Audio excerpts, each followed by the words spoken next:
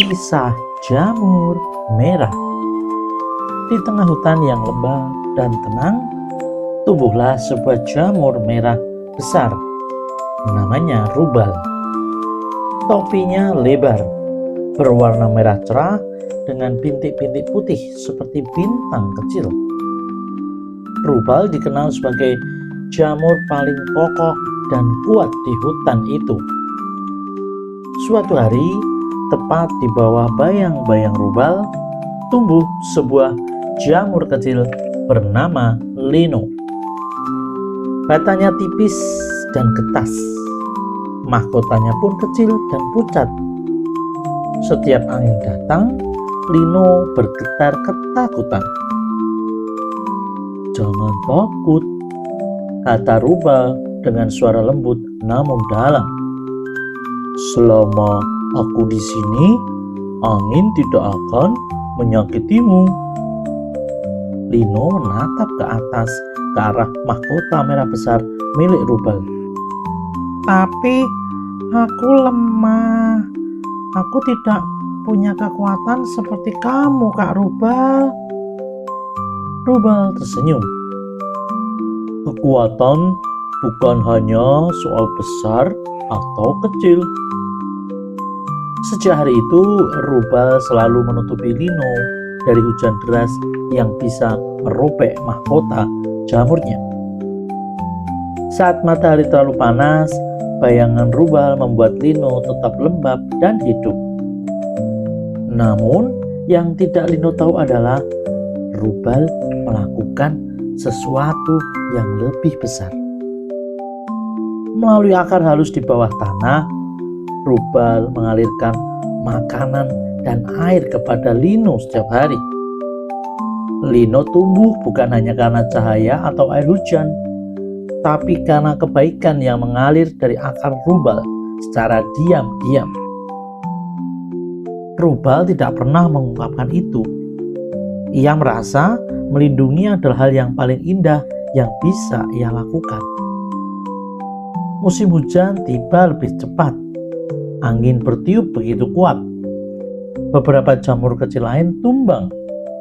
Tanah pun menjadi becek karena hutan gelap sepanjang hari. Lino menggigil.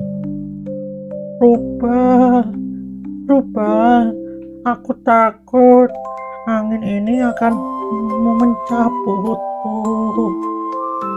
Rubal menunduk. Mahkotanya menutupi lino sepenuhnya. "Tukang tanah kuat-kuat, aku yang menghadang anginnya." Angin bertiup semakin kencang, menggoyangkan tubuh rubal. Topinya yang besar menerima semua hembusan angin. Akar rubal menancap dalam-dalam ke tanah, menahan tubuhnya agar tidak roboh. Hujan turun deras sepanjang malam, dan ketika pagi tiba, Lino membuka matanya pelan. Ia melihat rubal masih berdiri, meski tubuhnya tampak lelah. Beberapa bintik putihnya pun hilang terkena sapuan badai, tetapi ia tetap tersenyum. "Kau selamat," kata rubal lega. Lino terharu.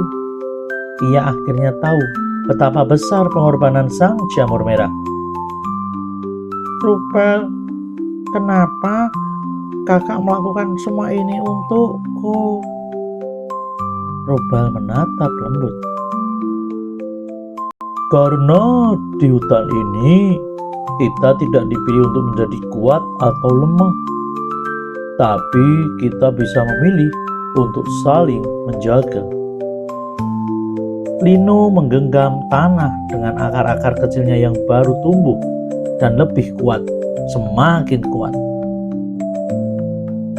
"Aku berjanji, Rubal, suatu hari aku juga akan melindungi yang lebih kecil dariku."